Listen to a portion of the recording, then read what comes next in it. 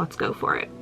Taking you in this moment, come get close like you own name. Read your aura, you want more of all this love, you'll be a Harry, you should have kicked your brother's ass at that moment. Oh, hello. Welcome to the vlog. Today, we are going to be starting a attempt at kind of a 24-hour readathon. So I'm off tomorrow and I was like, oh my gosh, this is my perfect opportunity because I am busy this weekend and next week I'm also busy. So like I was like, this is my perfect window to have a 24-hour readathon. This morning I was like kind of talking myself out of it, but then I saw that Prince Harry's book came out. I completely forgot it was Tuesday. I went on Audible, got the audiobook that was already sitting there waiting for me, and I have been listening to it for the past 2 hours, I think. Maybe a little over 2 hours, I don't know. So really I just need to read for like roughly 22 hours because I've already gotten 2 out of the way. So let me go. This is already such a mess. This is actually my first attempt at doing a 24-hour readathon since literally the first video I ever did on this channel. Let's go for it. Okay, so it's going. So we are going to listen to all of Prince Harry's audiobook. I'm currently reading Beloved by Toni Morrison. Also, Before I Let Go by Kennedy Ryan. I'm currently working on my Notion spread. Let me show you. Kind of a sneak peek for when I do my reading Notion update. So far, the book narrated by Harry is a lot better than I thought it was going to be. I thought it was going to be a pretty flat read, you know, especially since he's not an actor or, you know, to my knowledge has any past experience doing narrating like this.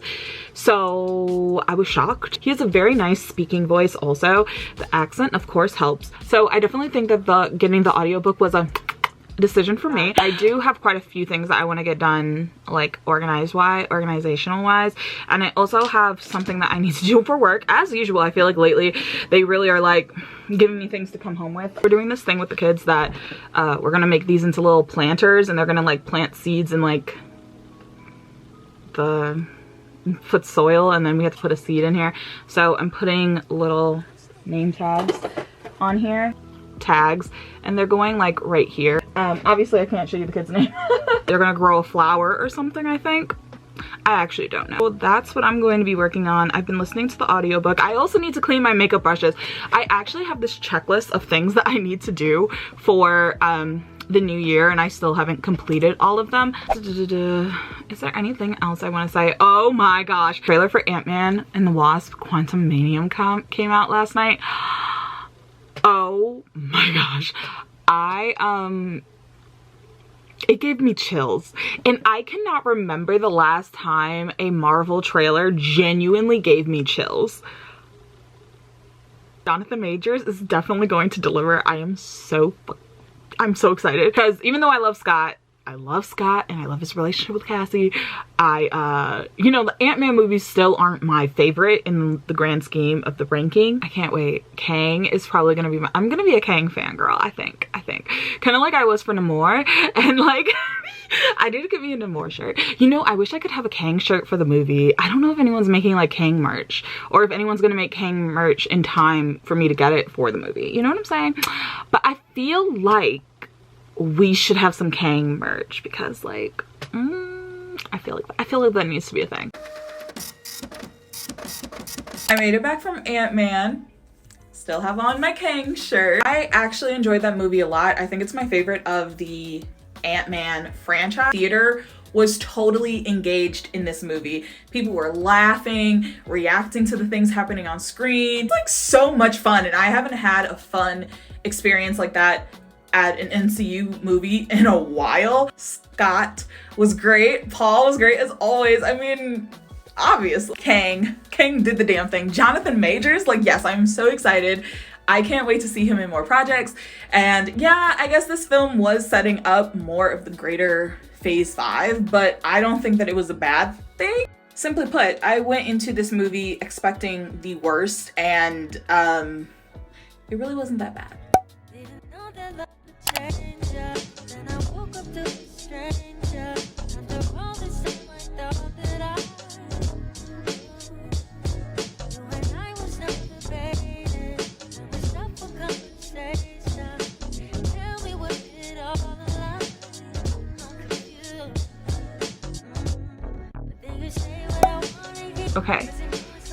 So 2.5 hours in, which added on to like the 2 hours before, we're 4.5 hours into this readathon, which is great, wonderful. I'm taking a little break from reading because I think that's good to do. So far, Spare has been a rush.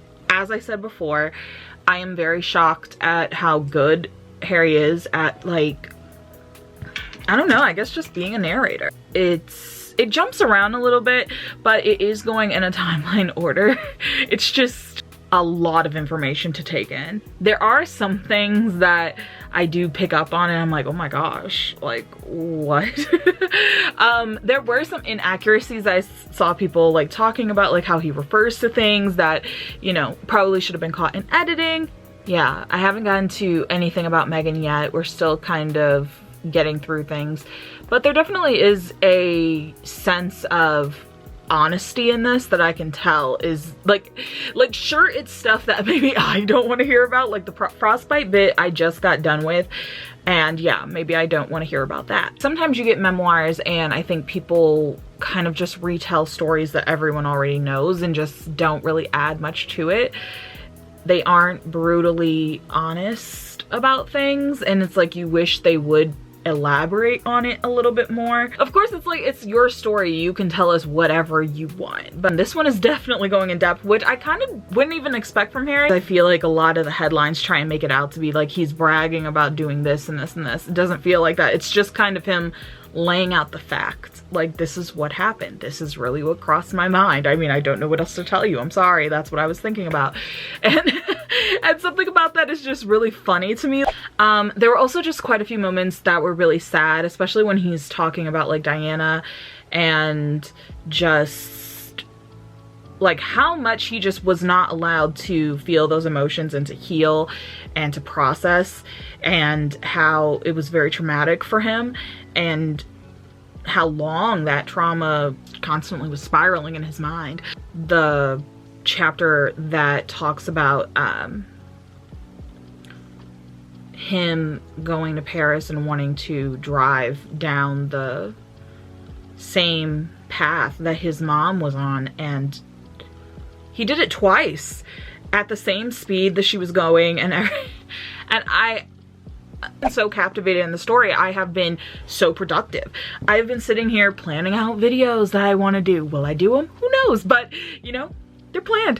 And I took down my Christmas tree. I've been reorganizing things. I'm getting ready to prepare to clean my makeup brushes a little bit later, and I am going to listen to more Spare, and I am going to clean my various makeup brushes.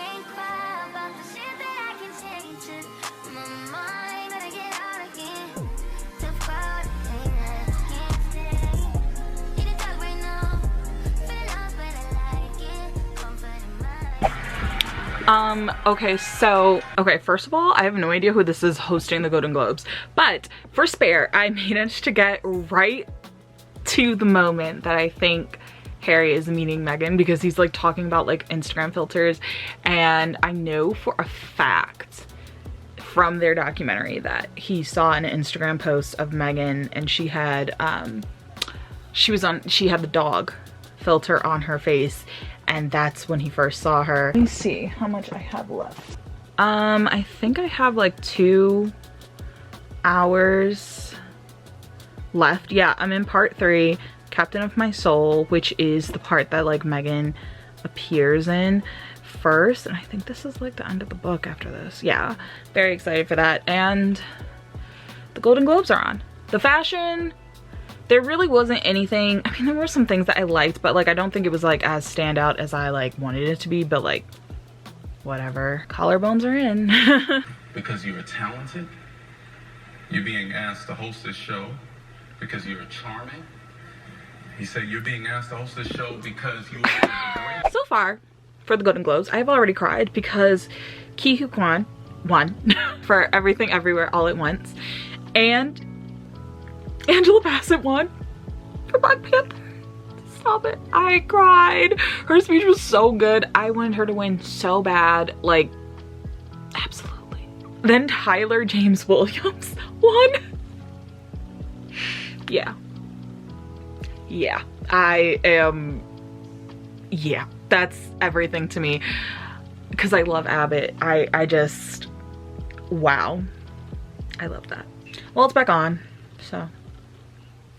The Golden Globes are over and now we are back, and I spent like an hour on TikTok just scrolling. I don't know if I said it earlier, but I've kind of like given myself a challenge, which I kind of hate myself for. I have this thing where I'm posting a TikTok every single day, and I have since January 1st, which I am kind of mind blown that somehow, some way I have every single day posted a TikTok. I don't even care if they're old. We are going to get back to Spare, and because we are starting again, we are going to show you so you can see that I am in fact in part 3, the final stretch of this book. I did get my copy in, thank you Amazon, even though normally Amazon lately has not been sending things in 2 days. I mean, maybe I could annotate this part.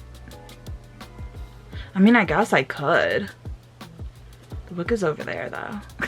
See, this is why I can't do 24-hour reading vlogs, because it's chaotic. I don't know, my mind is already kind of like short-circuiting. Okay.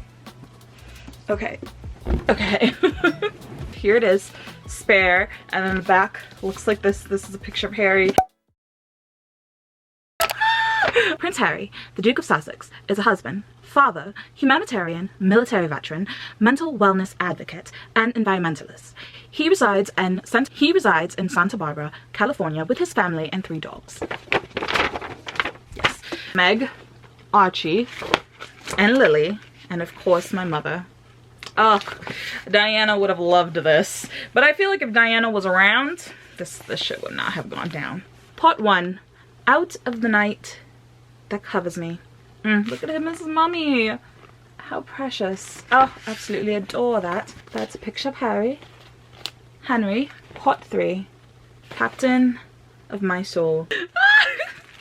Honestly, it's really funny because I remember when I was in college, I used to do a British accent whenever I went to the bars, and sometimes I would just do it just to zest things up, just have a little fun with everyone and just be like, oh really? Honestly? Is that true? I don't know. Sometimes I would convince boys that I actually was British, and funny enough, that made me infinitely more interesting to them, and so I had to keep the accent up.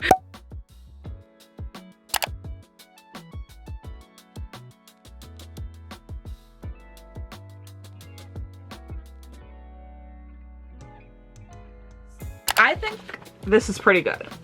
I mean, it's not like precise, but you get where the inspiration for the orange came from, orange hair.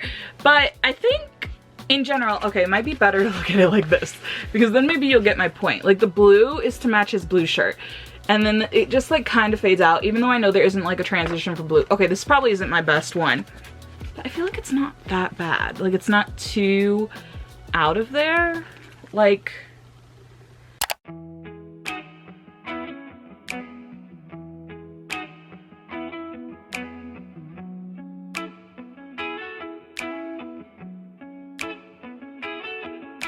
pause. I know we just had the whole Harry and Meghan documentary, right? But like, hearing him describe right here, literally lonely on this page, just this, describing how he felt in those moments when he first saw her. I'd travel the world from top to bottom, literally, I'd hopscotched the continents, I'd met hundreds of thousands of people, I'd crossed paths with a ludicrously large cross-section of the planet's 7 billion residents. For 32 years, I'd watched a conveyor belt of faces pass by, and only a handful ever made me look twice. This woman stopped the conveyor belt. This woman smashed the conveyor belt to bits. I'd never seen anyone so beautiful. Oh my god. When you're not here, the sun don't shine. When you're not near, I don't feel like I do when you're with me. It felt like suddenly our souls collided, hearts entwined. When I decided to make you mine, I'm never going back. I know that's a fact, but how? So, I finished Spare. Wait, let me put the sleeve back on. So I annotated the mess out of this. It was all love and good until we just like start getting to like the nit and grit, and I was so angry throughout like a big majority of this. It didn't have to be this way, and I think the overarching feeling that I have after finishing this is just sad. The book was amazing. It was so well written, like just the storytelling and the way that it flowed. Whoever helped him on this book really put their whole fucking foot into it. They both were very unprepared for the situation they were going into. And I'm gonna focus on Harry, but like he did not prepare Meghan for that world at all. Try and say like, oh, Meghan had to know, she had to know, but I feel like that's even evidence to how much she didn't know and how much she trusted him to tell her. Because look at his past girlfriends. They grew up in the life, so they knew full and well what would happen. And they made the conscious decision not to get involved at the end of the day. Like, was this enough love to last that? Each time, no. And he explains it in this book. Like each time, it always came down to that. And some of those relationships didn't even make it past the few months that people did know. I just hate that Harry didn't act sooner. I feel like knowing the cautions that his past girlfriends had about dealing with the press already should have given him a baseline, a stronger baseline for what would happen with Meghan. Because I think there was one girlfriend he mentioned, I can't remember her name, there was like a Chelsea and a Cressida, one of those two. He said that he had to put out a statement or something about her because they were following her and harassing her and she was calling crying, and like I feel like that should have prepared him for Meghan, and it should have at least given him more of an initiative to be like, okay, because I'm serious about Meghan, we're getting married, I am not going to let it get to that point. Because reading that part about Meghan and her dark thoughts, I can't dwell on that because obviously like we're past it, but I'm in here and I'm just like, if you could have just really put your foot down sooner. Those things that I see at the end of the book could have come sooner, because I feel like there was enough going on. Like even I feel like being like, what the fuck do you mean? Like there was this one part in here where they talk about William putting his finger in Meghan's face and she says, don't put your finger in my face. Like listen, I was like, yeah, right here, because I was like, hang on a second, that's warrant to fight. Like I'm like, oh no, we would have had to box, because what do you mean you are putting your finger in my wife's face telling her she's rude? Excuse me? Like we probably would have had to fight.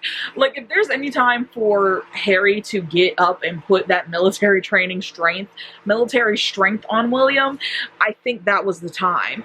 And I'm like, And even then, Harry's just in shock. And I mean, I get the shock because I can get that. I can get that. I feel like if I saw all of a sudden these two people who, you know, we used to be so close, and I always fantasized about us being this, him and his wife, my brother and his wife, and then me and my wife, and like, blah, blah, blah. Like, sure, there would be like a little bit of shock, but I feel like that should wear off pretty quickly.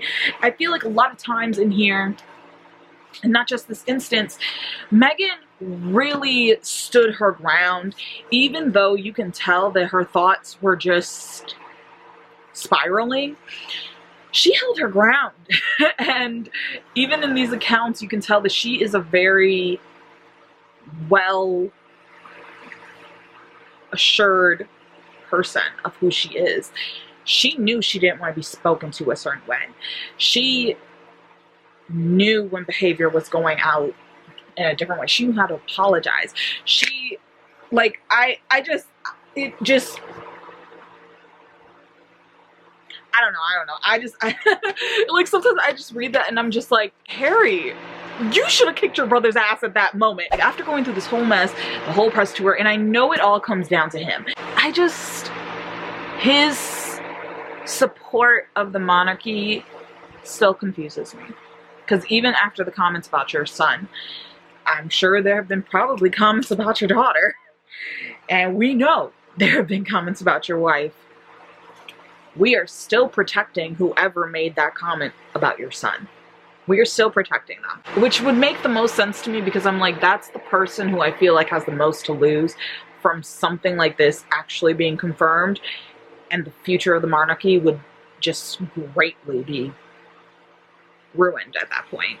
And because he says that he still believes in the monarchy, he still supports it, it's his family that he just, I don't know, I'm like, to hell with all of it. And I know I don't live there. I know it doesn't affect, well, it does affect me kind of, but like, not really in the grand scheme of things. I know. You don't have to tell me.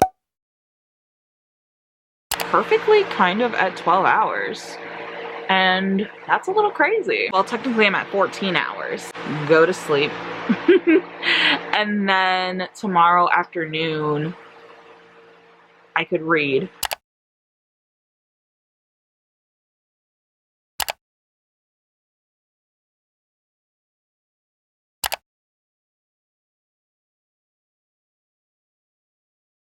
Third book read of the year, Prince Harry. I love that Harry told his story, and I love that he's been telling his story though, because no matter what I think about when he should have spoke up, how he speaks up, what he says, it's still his story, and he should be able to speak his piece, because I know if something happens to me, I want to be able to tell my side of the story. So good on him. If you have any negative opinions on them, please don't leave them here, because I'm not here to go into that anyways. I'm just reading. Stop the clock. Only loving the dreams, baby. What can I do when I'm